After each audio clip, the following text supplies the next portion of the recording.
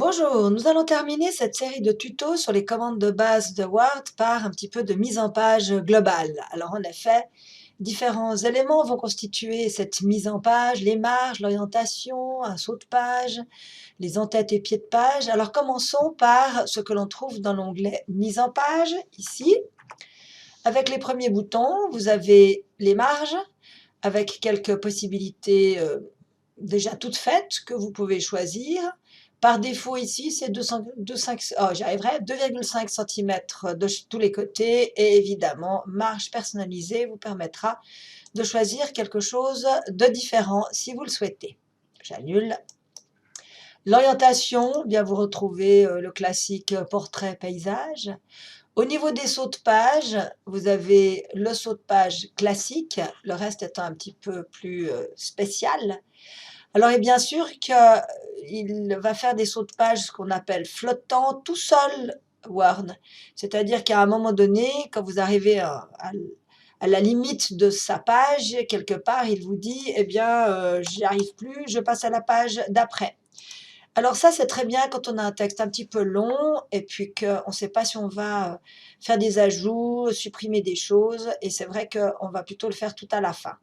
Mais si entre-temps, vous savez absolument que tel paragraphe, parce que c'est un début de chapitre, doit figurer au sommet d'une page, vous pouvez dans tous les cas faire un vrai saut de page. Et ce saut de page, soit on le commande ici en haut par le bouton saut de page, mais il est très confortable d'utiliser plutôt le raccourci CTRL plus la touche retour ou Enter et vous avez l'information saut de page qui apparaît. Et puis si vous descendez, si vous êtes à la fin puis que vous gérez un petit peu votre document, même ici que par le fait que j'ai coupé, les paragraphes sont agréablement répartis, je vais quand même faire un saut de page de façon à finaliser les ruptures de pages pour mon document qui comporte 3, 4, 5, 10 ou 100 pages. Voilà donc pour le saut de page. Parlons des en-têtes et des pieds de page. Alors ceci se trouve dans l'onglet Insertion, ici, là. Et puis, il se trouve un petit peu à droite, il y a un groupe qui s'appelle en-tête et pied de page.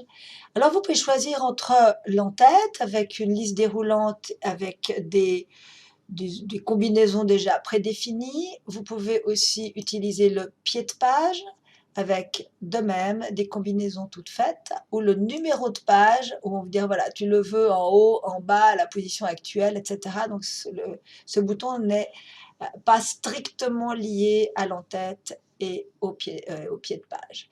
Alors moi, je vais choisir un pied de page. J'aime bien celui-là, donc je vais cliquer dessus. Et puis, systématiquement, eh bien, il me donne un paragraphe de trop, donc je l'enlève de façon à avoir une meilleure position par rapport au bord de page. J'aimerais aussi que vous regardiez un petit peu là-haut, dans la règle. Je n'ai rien fait et on m'a donné deux tabulateurs. Un tabulateur de centrage, n'est-ce pas ici, et puis un tabulateur gauche ici.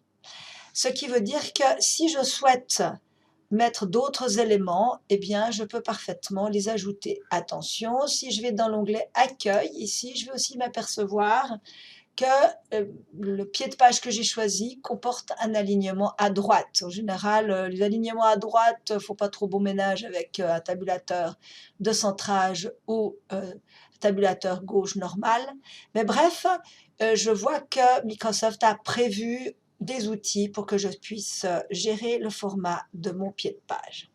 Et puis le pied de page part toujours depuis le début. Si je double-clique n'importe où dans la page pour revenir dans le document, un petit contrôle home pour aller au sommet, et puis si je veux contrôler un petit peu ce qui se passe sur la première page, ma première page est déjà numérotée 1.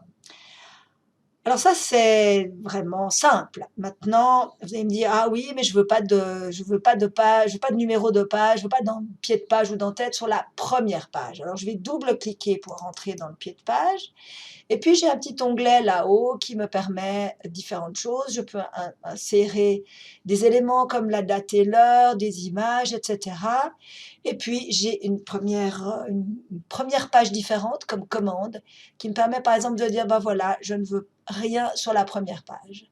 Donc tirez profit de tous ces outils, de façon à avoir un document qui correspondra à vos besoins.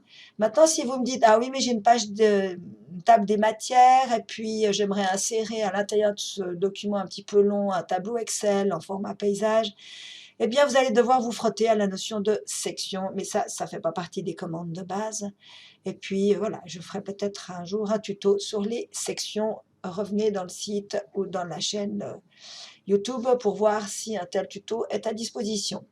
Voilà, j'ai fini les commandes générales de base de Word et j'espère que ceci vous aura été utile et que vous pourrez être plus efficace dans votre pratique quotidienne du programme. Bye bye!